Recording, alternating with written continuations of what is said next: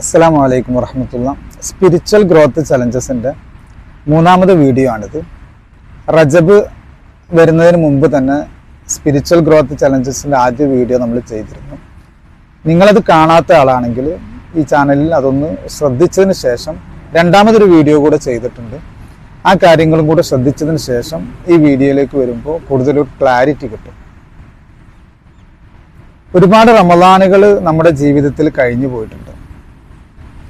കഴിഞ്ഞു പോയ റമളാനുകളൊക്കെ അതിനു മുമ്പ്, റമളാൻ വരുന്നതിന് മുമ്പ് നാം പലപ്പോഴും ഒരുപാട് കാര്യങ്ങൾ, നല്ല കാര്യങ്ങൾ ചെയ്യണമെന്ന് ആഗ്രഹിക്കും, അതിനനുസരിച്ച് തീരുമാനമെടുക്കും. പക്ഷേ റമളാൻ കഴിഞ്ഞു പോകുമ്പോൾ എനിക്കൊന്നും ചെയ്യാൻ പറ്റിയില്ലല്ലോ എന്നുള്ളൊരു ഖേദം ഒരു വിശ്വാസിക്ക് ഉണ്ടാവാറുണ്ട്. കഴിഞ്ഞു പോയ റമളാനുകളെ പോലെ ഒന്നുമല്ലാതെ ഏറ്റവും പ്രൊഡക്റ്റീവായ രീതിയിൽ ഈ വരുന്ന റമളാൻ നമുക്ക് എങ്ങനെ ഉപയോഗപ്പെടുത്താം എന്നതിനെ കുറിച്ചാണ് ഈ വീഡിയോ.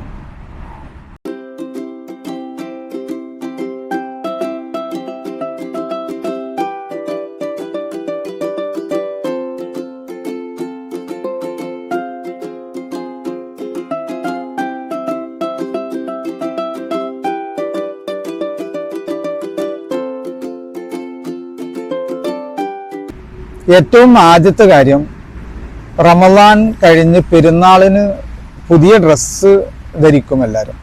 ആ പുതിയ ഡ്രസ്സ് റമളാനിന് മുമ്പ് തന്നെ നാം പർച്ചേസ് ചെയ്തു വെക്കുക എന്നുള്ളതാണ് ഒന്നാമത്തെ കാര്യം. അതിനെന്താ കാരണം എന്ന് വെച്ചാൽ, നാം 20 നോമ്പൊക്കെ കഴിഞ്ഞതിന് ശേഷം പലപ്പോഴും രാത്രി സമയങ്ങളിൽ നമ്മുടെ തറാവീഹും നല്ല കാര്യങ്ങളൊക്കെ ഒഴിവാക്കിയിട്ട് 1-2 ദിവസങ്ങൾ പർച്ചേസിന്, ഷോപ്പിങ്ങിന് വേണ്ടി മാത്രം നാം റമളാനിലെ രാത്രികൾ ചെലവഴിക്കുന്നുണ്ട്. അപ്പം അങ്ങാടികളിൽ അലഞ്ഞു തിരിയേണ്ടതില്ല. അതിനു മുമ്പ് തന്നെ നാം അത് പർച്ചേസ് ചെയ്ത് നമ്മൾ വീട്ടിൽ കൊണ്ടുവന്ന് വെക്കുകയാണെങ്കിൽ നമുക്ക് ആ ഒരു കാര്യം ഒഴിവായി കിട്ടും. ടൗണുകളിൽ അലയുക എന്നുള്ള, അല്ലെങ്കിൽ ഷോപ്പിംഗ് മാളുകളിൽ അല്ലെങ്കിൽ ഡ്രസ്സ് എടുക്കുന്ന സ്ഥലങ്ങളിൽ വെറുതെ തിക്കും തിരക്കും കൂട്ടിയിട്ട് റമളാനിൻ്റെ പവിത്രത നഷ്ടപ്പെടുത്തുന്ന ഒരു കാര്യം നമുക്ക് ഒഴിവാക്കാൻ പറ്റും. അപ്പോൾ ഏറ്റവും ആദ്യത്തെ ചലഞ്ച് എന്താണെന്ന് വെച്ചാൽ, ഡ്രസ്സ് എടുക്കാൻ തീരുമാനിച്ചിട്ടുണ്ടെങ്കിൽ അത് റമളാനിന് മുമ്പ് തന്നെ, നമുക്ക് സ്വന്തത്തിനാണെങ്കിലും ഫാമിലിക്ക് ഒന്നിച്ചാണെങ്കിലും റമളാനിന് മുമ്പ് എടുത്തു വെച്ചാൽ റമളാനിൻ്റെ പവിത്രത കളങ്കപ്പെടാതെ നമുക്ക് സൂക്ഷിക്കാൻ കഴിയും.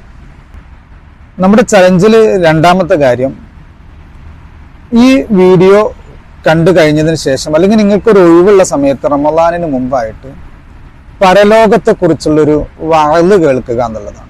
വഅള് എന്ന് ഞാൻ മനഃപൂർവ്വം പറഞ്ഞതാണ്. അതായത് പഴയ കാലത്തൊക്കെ പരലോകവും മരണവും അനന്തര ജീവിതവും ഒക്കെ നമ്മുടെ പ്രഭാഷകരുടെ, വഅള് പറയുന്നവരുടെ വിഷയങ്ങളായിരുന്നു. ആഴ്ചകളും മാസങ്ങളൊക്കെ അതേക്കുറിച്ച് മാത്രം ഓരോ കാര്യങ്ങളെക്കുറിച്ചും വിശദീകരിക്കുന്ന വഅളുകളുണ്ടായിരുന്നു. പക്ഷെ ഈ കാലത്ത് കാലത്തിനനുസരിച്ച് മാറ്റം വന്നതുകൊണ്ടായിരിക്കാം ആധുനിക വിഷയങ്ങളെക്കുറിച്ചാണ് എല്ലാവരും സംസാരിച്ചുകൊണ്ടിരിക്കുന്നത്.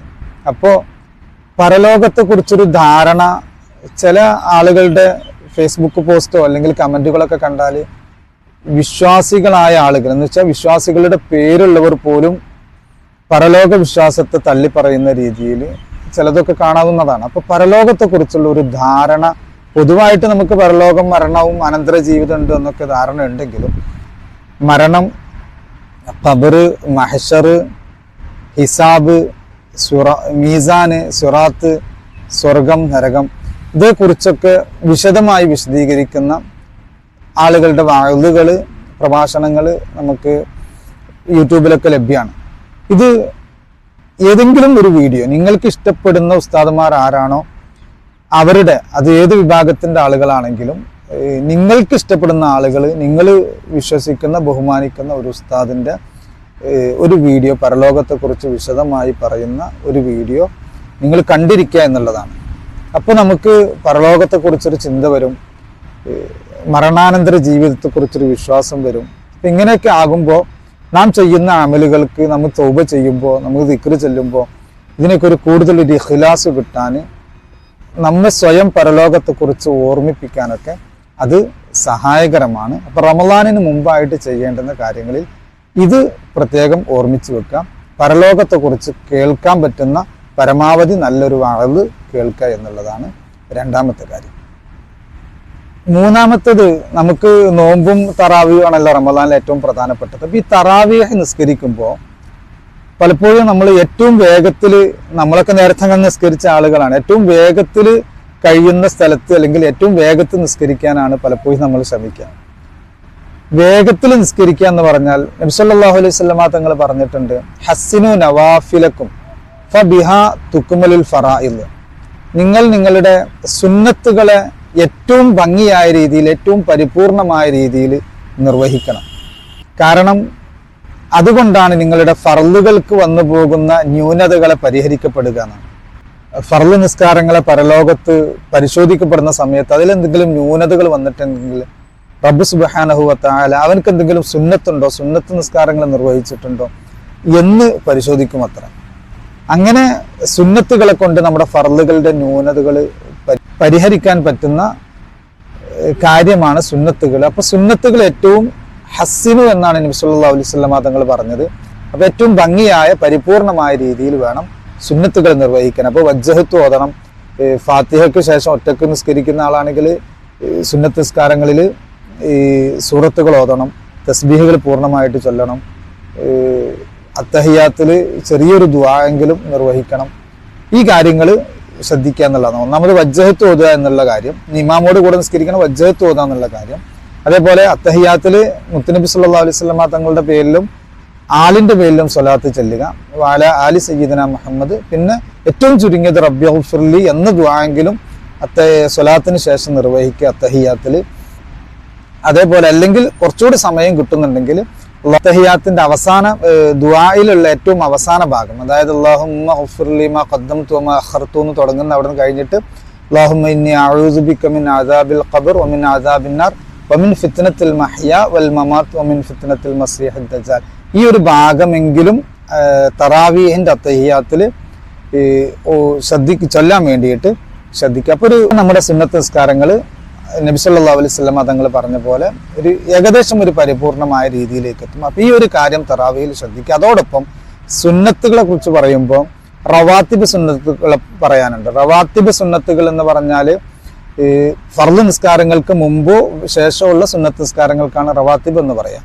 അപ്പൊ റവാത്തിബ് സുന്നത്ത് നിസ്കാരങ്ങൾ ഏറ്റവും മുഅക്കദായത് 10 റക്അത്തുകളാണ്. അത് സാധാരണ നിസ്കരിക്കാത്ത ആളുകളാണെങ്കിൽ ഈ റമളാനിലെങ്കിലും അതൊന്ന് പതിവാക്കുക. ഞാൻ എൻ്റെ ശരീരത്തോട് കൂടിയാണ് പറയുന്നത്.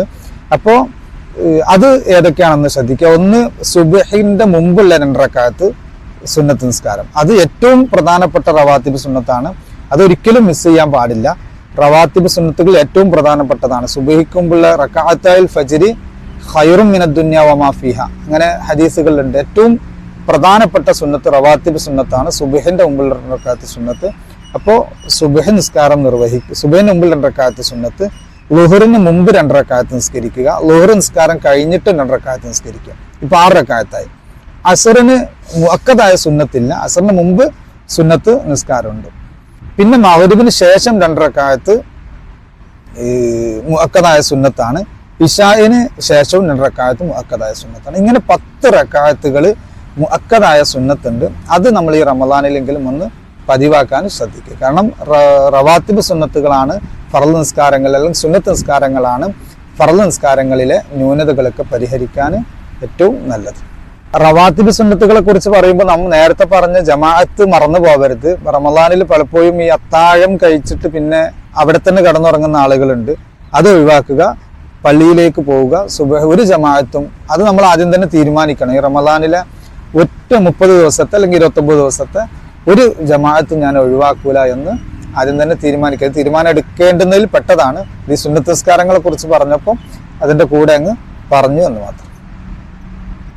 മൂന്നാമത്തെ കാര്യം ഖത്മുൽ ഖുർആനാണ്. ഖുർആന് ഖത്മ് ചെയ്യാന്നുള്ളതാണ്. ഒരു ദിവസം 20 പേജാണ് നമ്മുടെ ഒരു ജുസ് ഉണ്ടാവുക. ഒരു ദിവസം 20 പേജ് ഓതാനുള്ള സമയം ഉണ്ടാക്കുക. ചിലപ്പോൾ ചില ആളുകൾക്ക് 5 പേജ് ഓതാൻ ഒരു ടൈമിൽ സമയം കിട്ടും. അപ്പോൾ 4 തവണകളായിട്ട് ഒരു ദിവസം ഒരു ജുസ് തീർക്കുക. അങ്ങനെ 30 ദിവസം കൊണ്ട് നമുക്ക് 30 ജുസ് അതായത് ഒരു ഖത്മ് തീർക്കാൻ കഴിയും. ഇനി കുറച്ചുകൂടെ സമയം കിട്ടുന്ന ആളുകളാണെങ്കിൽ രാവിലെ ഒരു 10 പേജ് ഓതുക, വൈകുന്നേരം ഒരു 10 പേജ് ഓതുക. ഈ റമളാനിൽ തീർച്ചയായിട്ടും ഞാനൊരു ഖത്മ് ഖുർആൻ പരിപൂർണമായിട്ടും ഓതി തീർക്കുമെന്ന് ഇപ്പോൾ ഗോൾ സെറ്റ് ചെയ്യുക, തീരുമാനിക്കുക. ഷഹ്റു റമളാൻ അല്ലദി ഉൻസില ഫീഹിൽ ഖുർആൻ, ഖുർആൻ ഇറക്കപ്പെട്ട മാസമാണ്, ഖുർആനിന്റെ വാർഷികമാണ് റമളാൻ. ഈ റമളാൻ ഒരിക്കലും ഒരു ഖത്മ് പൂർത്തിയാക്കാതെ കഴിഞ്ഞു പോകില്ല എന്ന് ദൃഢമായി നാം തീരുമാനമെടുക്കുക. നാലാമത്തെ കാര്യം, നമുക്ക് ചില സൂറത്തുകളൊക്കെ പണ്ട് കാണാതെ പഠിച്ചിട്ടുണ്ടാവും. യാസീന്, തബാറക്ക, ഇദാ വഖഅത്തി, സജദ, ദുഖാൻ. പക്ഷെ പലതും ഇപ്പോൾ ഓർമ്മ ഉണ്ടാവില്ല. അപ്പോൾ അങ്ങനെയുള്ള യാസീൻ അറിയുന്ന ആളുകളാണെങ്കിൽ തബാറക്ക പഠിച്ചിരുന്നു നേരത്തെ, പക്ഷെ ഇപ്പോൾ ഓർമ്മയില്ല. ആ ഒരു സൂറത്ത് തബാറക്ക യാസീൻ അറിയുന്ന ആളുകൾ തബാറക്ക പഠിക്കുക, തബാറക്കയും യാസീനും അറിയുന്ന ആളുകൾ ഇദാ വഖഅത്തി ഒന്നുകൂടെ പഠിക്കുക, മനപ്പാട് ഹിഫ്ള് പഠിക്കുക എന്നുള്ളതാണ്. അപ്പൊ ഈ റമദാൻ അത് നമ്മുടെ ഏത് സമയത്തും നമുക്ക് ഖുർആൻ എടുത്തു നോക്കാം. ഇപ്പൊ മൊബൈലിലൊക്കെ സൗകര്യങ്ങൾ ഉള്ളതാണല്ലോ. അപ്പൊ ഖുർആനിന്റെ നല്ലൊരു ആപ്പ് നമ്മുടെ മൊബൈലിൽ ഇൻസ്റ്റാൾ ചെയ്ത് വെക്കുക ഇല്ലാത്ത ആളുകൾ. എന്നിട്ട് ഒഴിവ് സമയം എന്ന് പറഞ്ഞാൽ നമ്മൾ ബസ്സിൽ യാത്ര ചെയ്യാണ്, അല്ലെങ്കിൽ വാഹനത്തിൽ യാത്ര ചെയ്യാണ്, അല്ലെങ്കിൽ വേറെ എവിടെയെങ്കിലും വെയിറ്റ് ചെയ്തിരിക്കുകയാണ് ഒരാളെ. അപ്പൊ ഇങ്ങനെയൊക്കെയുള്ള സമയങ്ങളിൽ നാം അത് തബാറക്കൊക്കെ പഠിക്കാൻ 30 ആയത്തുകളല്ലേ ഉള്ളൂ. യാസീനൊക്കെ നേരത്തെ പഠിച്ചതുകൊണ്ട് ചില ഭാഗങ്ങൾ നമുക്ക് ഡൈവേർട്ടായി പോകുന്നുണ്ടാവും. അപ്പോൾ ഫൈദാഹും ഹാമിദുൻ, ഫൈദാഹും യഹ്സും ഇങ്ങനെയൊക്കെ പറയുന്ന ഭാഗങ്ങളുണ്ടല്ലോ. അപ്പൊ അതൊക്കെ ഒന്നുകൂടെ ഉറപ്പ് വരുത്തിയിട്ട് യാസീൻ ഏതെങ്കിലും ഒരു സൂറത്ത്, നാം നേരത്തെ പഠിച്ച് മറന്ന ഏതെങ്കിലും ഒരു സൂറത്ത് നമ്മൾ പുതിയതായിട്ട് പഠിക്കുക. ഇനി എല്ലാ സൂറത്തുകളും നമുക്ക് അറിയുമെന്നുണ്ടെങ്കിൽ പുതിയ ഒരു സൂറത്ത് നമ്മൾ പഠിക്കാനുള്ളൊരു ശ്രമം ഉണ്ടാക്കിയിരിക്കുക എന്നുള്ളതാണ് നാലാമത്തെ കാര്യം. അഞ്ചാമത്തെ കാര്യം, നമ്മുടെ സ്പിരിച്വൽ ഗ്രോത്ത് ചലഞ്ചസിൽ ആദ്യം പറഞ്ഞ കാര്യം തന്നെയാണ് ദാനം ചെയ്യുക എന്നുള്ളത്, സ്വതക്ക ചെയ്യുക. റമദാനിലെ ഓരോ പകലുകൾക്കും നല്ല പവിത്രതയുണ്ട്. ലൈലത്തുൽ ഖദ്ർ ഏത് രാത്രിയിലാണെന്ന് പറയാൻ പറ്റൂല. അപ്പോൾ അതിൻ്റെ പകലിനും ശ്രേഷ്ഠതയുണ്ട്. അപ്പം അതുകൊണ്ട് തന്നെ ഓരോ ദിവസത്തിനും നമ്മൾ നേരത്തെ നിശ്ചയിച്ചത് 10 രൂപയാണ് നാട്ടിലുള്ള ആളുകൾ. വിദേശത്തൊക്കെ ആണെങ്കിൽ 1 ദിർഹം, ഏറ്റവും ബേസിക് ആയിട്ടുള്ള സംഖ്യയാണ് പറഞ്ഞത്. അപ്പോൾ അത് 2 ഇരട്ടിയോ 3 ഇരട്ടിയോ ആക്കി മാറ്റാൻ പറ്റുന്ന ആളുകൾ, അങ്ങനെ കഴിവുള്ള ആളുകൾ, സാധിക്കുന്ന ആളുകൾ അങ്ങനെ ചെയ്യുക. റമദാനിൽ ഏറ്റവും കൂടുതൽ പവിത്രതയുള്ള ദിവസങ്ങളും പകലുകളും രാത്രികളുമാണ്.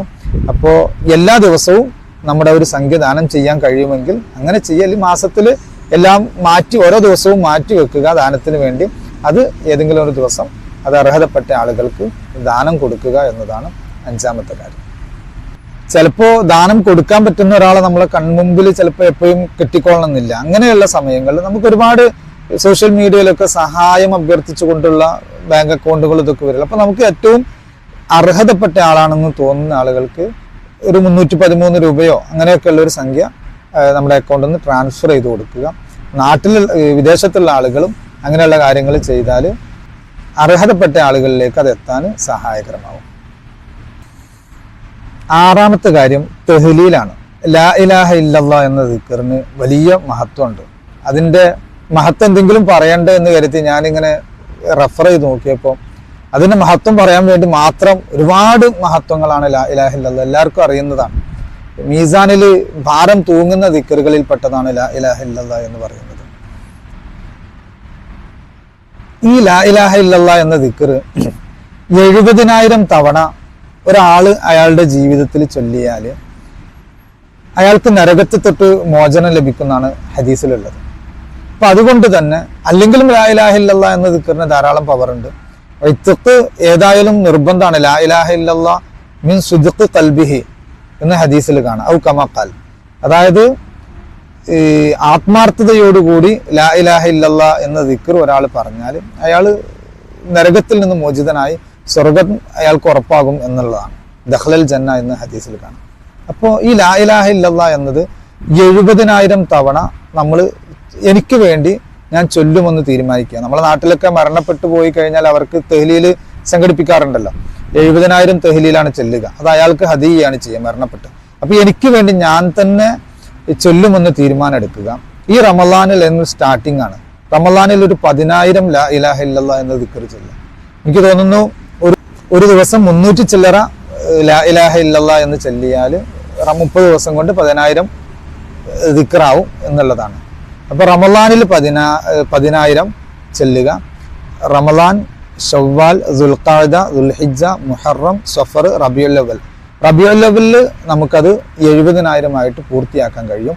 അപ്പോൾ ഈ ഒരു തീരുമാനം കൂടെ ആറാമതായിട്ട് നമ്മുടെ ചലഞ്ചസിൽ വരുന്നത് 70,000 ദിക്ർ ചൊല്ലുമെന്ന് തീരുമാനിക്കുക. അത് റമളാനിൽ അതിൻ്റെ സ്റ്റാർട്ടിങ് 10,000 ദിക്ർ ചൊല്ലുക, ശവ്വാലിൽ 10,000, ഇങ്ങനെ ഓരോ മാസവും 10,000 ദിക്ർ ചെല്ലുക. 300 ചില്ലറ ലാ ഇലാഹ ഇല്ലല്ലാഹ് എന്ന് ചെല്ലാൻ കൂടുതൽ ടൈമൊന്നും വേണ്ടി വരില്ല. അപ്പൊ അത് നമ്മൾ തീരുമാനിക്കുകയും വേണം. നമ്മുടെ ഡയറിയിലോ അല്ലെങ്കിൽ ജേർണലോ ഒക്കെ നമ്മൾ തീരുമാനിച്ച കാര്യങ്ങൾ എഴുതി വെക്കുകയും വേണം. അത് ചൊല്ലുന്നുണ്ടെന്ന് ഉറപ്പ് വരുത്തുകയും വേണം. അതിന് ടിക്ക് മാർക്കൊക്കെ കൊടുത്തിട്ട് നിങ്ങളുടെ ഒരു ആശയത്തിനനുസരിച്ച് ഐഡിയക്കനുസരിച്ച് ആ കാര്യങ്ങൾ ചെയ്യാവുന്നതാണ്. 7ാമത്തെ കാര്യം തസ്ബീഹാണ്. അത് വൈകുന്നേരം നോമ്പ് തുറക്ക് മുമ്പായിട്ട് നമ്മൾ ഏതായാലും വെയിറ്റ് ചെയ്തിരിക്കുമല്ലോ. അപ്പോൾ ഒരു 100 തസ്ബീഹ് ചെല്ലാനുള്ള ശ്രമം ഉണ്ടാവുക എന്നുള്ളതാണ്. സ്ത്രീകളാണെങ്കിൽ അവർ ചിലപ്പോൾ നോമ്പ് തുറക്കുള്ള വിഭവങ്ങൾ ഒരുക്കുന്നതിൻ്റെയൊക്കെ തിരക്കായിരിക്കും. എന്നാലും നമുക്ക് ആ സമയങ്ങളിൽ തസ്ബീഹ് ചെല്ലുക. വൈകുന്നേരങ്ങളിലുള്ള തസ്ബീഹും രാവിലെ സമയങ്ങളിലുള്ള തസ്ബീഹും അള്ളാഹുവിന് ഏറ്റവും ഇഷ്ടപ്പെട്ടതും ഏറ്റവും പ്രതിഫലാർഹമായതുമാണ്. ഇപ്പം റമദാനിൽ നമ്മൾ പലപ്പോഴും നോമ്പ് തുറക്കാൻ വേണ്ടി കാത്തിരിക്കുന്ന ആ ഒരു സമയങ്ങളിൽ നോമ്പ് തുറക്കുന്ന സമയത്തുള്ള പ്രാർത്ഥനക്കും ദുആക്കും ഉത്തരം കിട്ടുന്നതാണല്ലോ. അപ്പൊ തസ്ബീഹ് ചൊല്ലുക എന്നുള്ളതാണ്.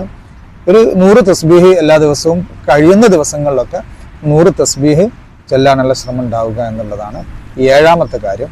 8ാമത്തെ കാര്യം നമ്മുടെ നേരത്തെ ചലഞ്ചസിൽ പറഞ്ഞത് തന്നെയാണ് ഇസ്തിഗ്ഫാറും സ്വലാത്തും. അസ്തഗ്ഫിറുല്ലാഹൽ അലീം, നമ്മുടെ കാര്യങ്ങൾക്കൊക്കെ അള്ളാഹുവിനോട് ചെയ്തു പോയ പാപങ്ങളൊക്കെ അള്ളാഹുവിനോട് പൊറുക്കലിനെ തേടാൻ വേണ്ടിയിട്ട് ഉപയോഗിക്കുക. അതാണ് 8ാമത്തെ അസ്തഗ്ഫിറുല്ലാഹ് എന്ന് പറയുന്നത്. അത് റമദാനിൽ മഗ്ഫിറത്തിന്റെ 10 എന്ന് പറയുന്ന ഒരു 10 തന്നെ ഉണ്ടല്ലോ. അപ്പൊ നമ്മൾ റമദാനിലെ എല്ലാ ദിവസങ്ങളിലും ഒരു 300 ഇസ്തിഗ്ഫാർ, നേരത്തെ നമ്മൾ 100 പറഞ്ഞത്, അതൊരു 300 ഇസ്തിഗ്ഫാറിലേക്ക് എത്തിക്കുക. അതേപോലെ തന്നെ മുത്തുനബി സല്ലല്ലാഹു അലൈഹി വസല്ലമ തങ്ങളുടെ മേലുള്ള സ്വലാത്തും 300 ആക്കി മാറ്റി. ഷഅബാനിൽ 300 സ്വലാത്താണ് കഴിഞ്ഞ ചലഞ്ചസിന്റെ വീഡിയോയിൽ നമ്മൾ പറഞ്ഞത്. അപ്പൊ ആ 300 സ്വലാത്തുകളും 300 ഇസ്തിഗ്ഫാറും ചൊല്ലുക, അത് പതിവാക്കുക എന്നതാണ് 8ാമത്തെ കാര്യം. ഈ കാര്യങ്ങളൊക്കെ നമ്മൾ ചെയ്യണമെന്നുണ്ടെങ്കിൽ നമ്മളത് എവിടെയെങ്കിലും കുറിച്ച് വെക്കണം. ഈ റമദാനിൽ ചെയ്യേണ്ടുന്ന കാര്യങ്ങൾ ഓരോ ദിവസവും അത് ചെയ്യുന്നുണ്ട് എന്ന് ഉറപ്പ് വരുത്തുക കൂടി വേണമെന്ന് ഒന്നുകൂടി ഓർമ്മിപ്പിക്കുകയാണ്. 9ാമത്തെ കാര്യം തൗബ ചെയ്യാന്നുള്ളതാണ്. തൗബ എന്ന് പറഞ്ഞാൽ നമ്മൾ ഒരുപാട് തെറ്റുകൾ ചെയ്തിട്ടുണ്ടാവും. പക്ഷെ ഇനിയും തെറ്റുകൾ വന്നു പോവോ എന്ന് പേടിച്ചിട്ട് തൗബ ചെയ്യാത്ത ആളുകളുണ്ട്. അവസാന സമയത്ത് ചെയ്യുക. അങ്ങനെ ഒരു അവസാന സമയം ചിലപ്പോൾ നമുക്ക് കിട്ടൂല. അപ്പൊ അതുകൊണ്ട് തന്നെ തൗബക്ക് അള്ളാഹുവിൽ നിന്നുള്ളൊരു തൗഫീഖ് കിട്ടാണ് ചെയ്യുക. ഈ വീഡിയോ കാണാൻ തന്നെ നിങ്ങൾ ഇവിടെ കണ്ട് ഇത്രയും ഭാഗം എത്തിയിട്ടുണ്ടെങ്കിൽ നിങ്ങൾക്കൊരു തൗഫീഖ് അള്ളാഹുവിൽ നിന്ന് കിട്ടിയെന്നുള്ളതാണ്. എല്ലാവർക്കും ഈ ഒരു തൗഫീഖ് കിട്ടൂല. നമ്മുടെ മനസ്സ് നന്നാവാനും തൗബ ചെയ്യാനൊക്കെ ഒരു തൗഫീഖ് ഉണ്ടാവണം. അപ്പൊ അവസാന സമയത്ത് പിന്നീട് കുറച്ചുകൂടി തെറ്റുകളൊക്കെ ചെയ്തിട്ട് തൗബ ചെയ്യുക എന്ന് നമ്മൾ തീരുമാനിക്കുന്ന പകരം ഒരു പക്ഷെ ഈ അടുത്തൊരു തെറ്റ് ചെയ്യാനുള്ള നമുക്ക് സമയം കിട്ടിയില്ലെങ്കിലോ. അപ്പൊ അതുകൊണ്ട് എപ്പോഴും നമ്മൾ തൗബയിലായിരിക്കുക എന്നുള്ളതാണ്. അള്ളാഹുവിനോട് പൊറുക്കലിന് തേടിക്കൊണ്ടിരിക്കുക. കഴിഞ്ഞ വീഡിയോയിൽ ഞാൻ പറഞ്ഞിട്ടുണ്ട് തഖ്വയുടെ കാര്യം. അപ്പൊ തഖ്വ തെറ്റ് ചെയ്യാതിരിക്കുക. അള്ളാഹു തആല ചില ആളുകൾ ചെറിയ തെറ്റുകളല്ലേ എന്ന് പറഞ്ഞിട്ട് ചെയ്തു പോകാറുണ്ട്. എല്ലാ തെറ്റും അള്ളാഹു പറഞ്ഞ ഒരു കാര്യത്തിന് വിപരീതം ചെയ്യാനാണല്ലോ, അള്ളാഹുവിനെ അനുസരിക്കാതിരിക്കുക എന്നാണ്. അങ്ങനെ നോക്കുമ്പോൾ എല്ലാ തെറ്റും വലിയത് തന്നെയാണ് എന്ന് മനസ്സിലാക്കുക. അപ്പോൾ നമ്മൾ തൗബ ചെയ്യാം. എൻ്റെ ശരീരത്തോടു കൂടിയാണ് ഞാൻ പറയുന്നത്. അപ്പോൾ തൗബ ചെയ്യുക എന്നുള്ളതാണ്. തൗബ ചെയ്യുക എന്ന് പറഞ്ഞാൽ തൗബത്തു അന്നദം, നാം ചെയ്തു പോയ തെറ്റുകളുടെ മേലിൽ ഖേദം ഉണ്ടാവുക എന്നാണ് തൗബയുടെ ഏറ്റവും പ്രധാനപ്പെട്ട കാര്യം. ഞാൻ ഏറ്റവും ആദ്യം പറഞ്ഞ അല്ലെങ്കിൽ പരലോകത്തെക്കുറിച്ചുള്ള വീഡിയോ നാം കേട്ട് കഴിയുമ്പോൾ നമുക്ക് ഇതിനൊക്കെ ഒരു ഇഖ്ലാസും അതിൻ്റെ ഒരു കാര്യങ്ങളൊക്കെ ഉണ്ടാവും. അപ്പം ആ കാര്യങ്ങൾ സ്കിപ്പ് ചെയ്യാതിരിക്കുക. പരലോകത്തെക്കുറിച്ചുള്ള വീഡിയോ തീർച്ചയായിട്ടും കാണണം. അപ്പോൾ ഈ തൗബയൊക്കെ ചെയ്യുമ്പോൾ അതിനൊന്നുകൂടി ഒരു ഇഖ്ലാസും അതിലൊരു ആത്മാർത്ഥതയൊക്കെ നമുക്ക് കിട്ടും. അപ്പോൾ 9ാമത്തെ കാര്യം തൗബ ചെയ്യുക എന്നുള്ളതാണ്. നമ്മുടെ തെറ്റുകൾക്ക് വേണ്ടി അള്ളാഹുവിനോട് പൊറുക്കലിനെ തേടുക. ഒരു റമദാൻ കഴിഞ്ഞു പോയിട്ട് അയാളുടെ ദോഷങ്ങൾ പൊറുപ്പിക്കാൻ അയാൾക്ക് കഴിഞ്ഞില്ലെങ്കിൽ അയാളുടെ മേലിൽ അള്ളാഹുവിന്റെ ലാനത്ത് ഉണ്ടാവട്ടെ എന്ന് ജിബ്രീൽ അലൈഹിസ്സലാം ദുആ ചെയ്തു. മുത്തുനബി സല്ലല്ലാഹു അലൈഹി വസല്ലം തങ്ങൾ ആമീൻ പറഞ്ഞു. നമ്മൾ എപ്പോഴും കേൾക്കുന്നതാണ്. അപ്പോൾ 9ാമത്തെ കാര്യം അതാണ്. 10ാമത്തെ കാര്യം ഈ പറഞ്ഞ കാര്യങ്ങളൊക്കെ നാം ഒരു ഡയറിയിലോ നേരത്തെ പറഞ്ഞ പോലെ ജേർണലിലോ നോട്ട് ബുക്കിലോ ഒക്കെ അല്ലെങ്കിൽ ഒരു പേപ്പറിലെങ്കിലും എഴുതിയിട്ട് ഈ കാര്യങ്ങളൊക്കെ ഈ റമദാനിൽ ഞാൻ ചെയ്യും എന്ന് തീരുമാനിക്കുക. അതിനു വേണ്ടിയുള്ള ശ്രമങ്ങൾ ഉണ്ടാവുക എന്നതാണ് 10ാമതായിട്ട് പറയാനുള്ള കാര്യം. ഈ കാര്യങ്ങളൊക്കെ ചെയ്യാൻ എനിക്കും നിങ്ങൾക്കും റബ്ബ് തആല തൗഫീഖ് നൽകട്ടെ എന്ന് ആത്മാർത്ഥമായിട്ട് ദുആ ചെയ്യാണ്. ഇത് ചെയ്യണമെന്ന് ആഗ്രഹിക്കുന്നത് തന്നെ, അതിനൊരു തീരുമാനം എടുക്കുന്നത് തന്നെ ഒരു പക്ഷെ ഏറ്റവും സ്വാലിഹായ ഒരു അമലാണ്. നിയ്യത്തുൽ മുഅ്മിനി ഖൈറും മിൻ അമലിഹി എന്ന് പറയും. അതായത് ഇത് ചെയ്യണമെന്നുള്ളൊരു തീരുമാനം എടുക്കുമ്പോൾ ഒരു നിയ്യത്താണല്ലോ അത്. ആ നെയ്യത്ത് ചിലപ്പോൾ ഒരുപക്ഷെ നാം ചെയ്യുന്നതിനേക്കാളും പ്രതിഫലാർഹമായ കാര്യമായി മാറും. ഈ വീഡിയോ കണ്ട് ഇത്തരമായ ആളുകൾ തീർച്ചയായിട്ടും ഈ കാര്യങ്ങൾ ഞാൻ ചെയ്യും, അല്ലെങ്കിൽ ഇതിൽ എനിക്ക് ഏറ്റവും ചെയ്യാൻ പറ്റുന്ന കാര്യങ്ങളൊക്കെ ഞാൻ ചെയ്യും. അത് ലിസ്റ്റ് ഔട്ട് ചെയ്യുക. നമ്മുടെ ഒരു പേപ്പറിലൊക്കെ എഴുതിയിട്ട് നമ്മുടെ പേഴ്സിലോ അല്ലെങ്കിൽ പോക്കറ്റിലോ എപ്പോഴും കിട്ടുന്ന സ്ഥലത്തോ അല്ലെങ്കിൽ വായിക്കാൻ പറ്റുന്ന നോട്ട് ബുക്കിലോ ഡയറിയിലോ ജേർണലിലോ ഒക്കെ എഴുതി തീരുമാനിക്കുക.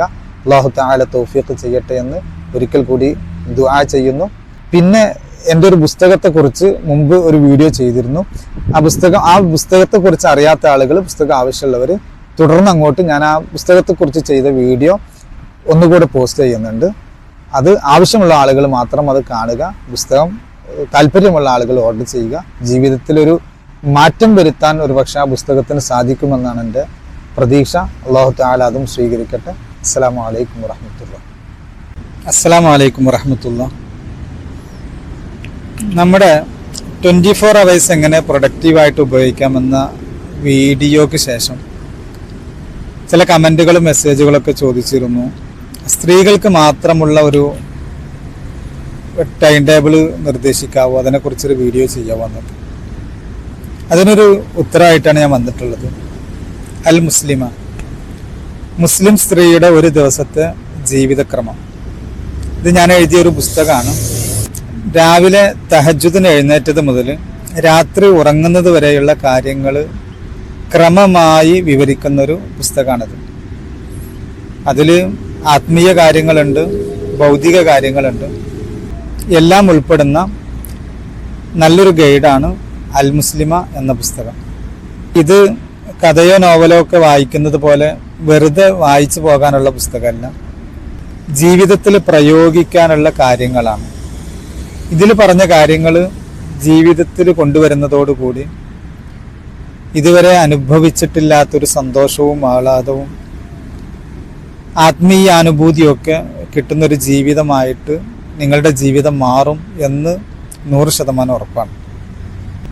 ചിലർക്കൊക്കെ മദ്രസയിൽ പഠനം പൂർത്തിയാക്കാൻ കഴിയാത്തവരുണ്ടായേക്കാം, അല്ലെങ്കിൽ മദ്രസ പഠിക്കാത്തവർ തന്നെ ഉണ്ടായേക്കാം. അത്തരം ആളുകൾക്കൊക്കെ ഉപകരിക്കുന്ന രീതിയിൽ നിസ്കാരത്തിൻ്റെ വിവരണങ്ങൾ ഉൾപ്പെടെ സുന്നത്ത് നിസ്കാരങ്ങൾ പരിചയപ്പെടുത്തുന്നു.